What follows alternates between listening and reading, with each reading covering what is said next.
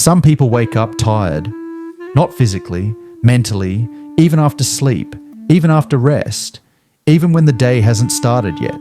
Their body is still, but their mind feels like it never shut down. Mental tiredness doesn't feel loud, it feels heavy, like carrying something invisible all the time. They struggle to explain it because nothing is technically wrong. Life looks normal, responsibilities are manageable, nothing is actively falling apart. Yet the exhaustion remains. This kind of tiredness doesn't come from doing too much. It comes from holding too much. Thoughts that don't finish, emotions that don't release, memories that don't fully fade. Their mind stays alert even in moments meant for rest. Silence doesn't feel empty, it feels crowded. They replay conversations long after they end. They anticipate situations that haven't happened. They prepare for outcomes that may never come, not because they want to, but because their brain doesn't know how to stop scanning. Mentally tired people are rarely lazy. They are usually over-aware. They notice tone changes, small reactions, unspoken signals. Their mind is constantly interpreting, and interpretation requires energy. Over time, that energy runs low, but the habit remains. They often feel exhausted by simple decisions, not because decisions are hard, but because each choice branches into dozens of imagined consequences.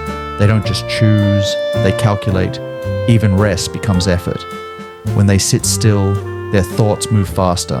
When they lie down, their mind opens unfinished files. They think about what they should have said, what they forgot, what they might need to do next. Mental tiredness is not burnout, it's accumulation. Years of emotional processing without pause.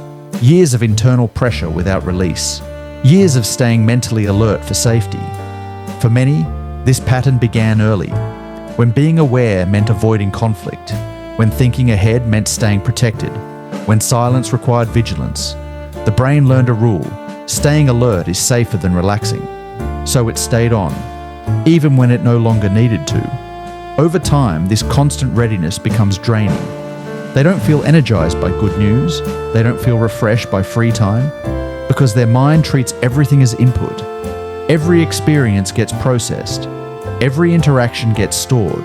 Every emotion gets analyzed. Nothing simply passes through.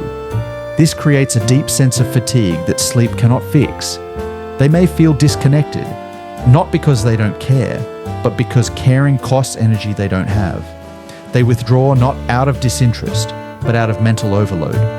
People around them may say, "You're always tired," but the tiredness isn't in the body. It's in the constant thinking, the constant awareness, the constant internal dialogue.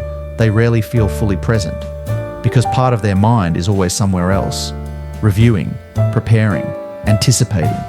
Mental tiredness is not visible, but it shapes everything. The way they speak, the way they move, the way they respond to life. They are not weak, they are worn, not from action, but from constant inner activity. And the most exhausting part is this: even when they finally rest, their mind doesn't believe it's allowed to.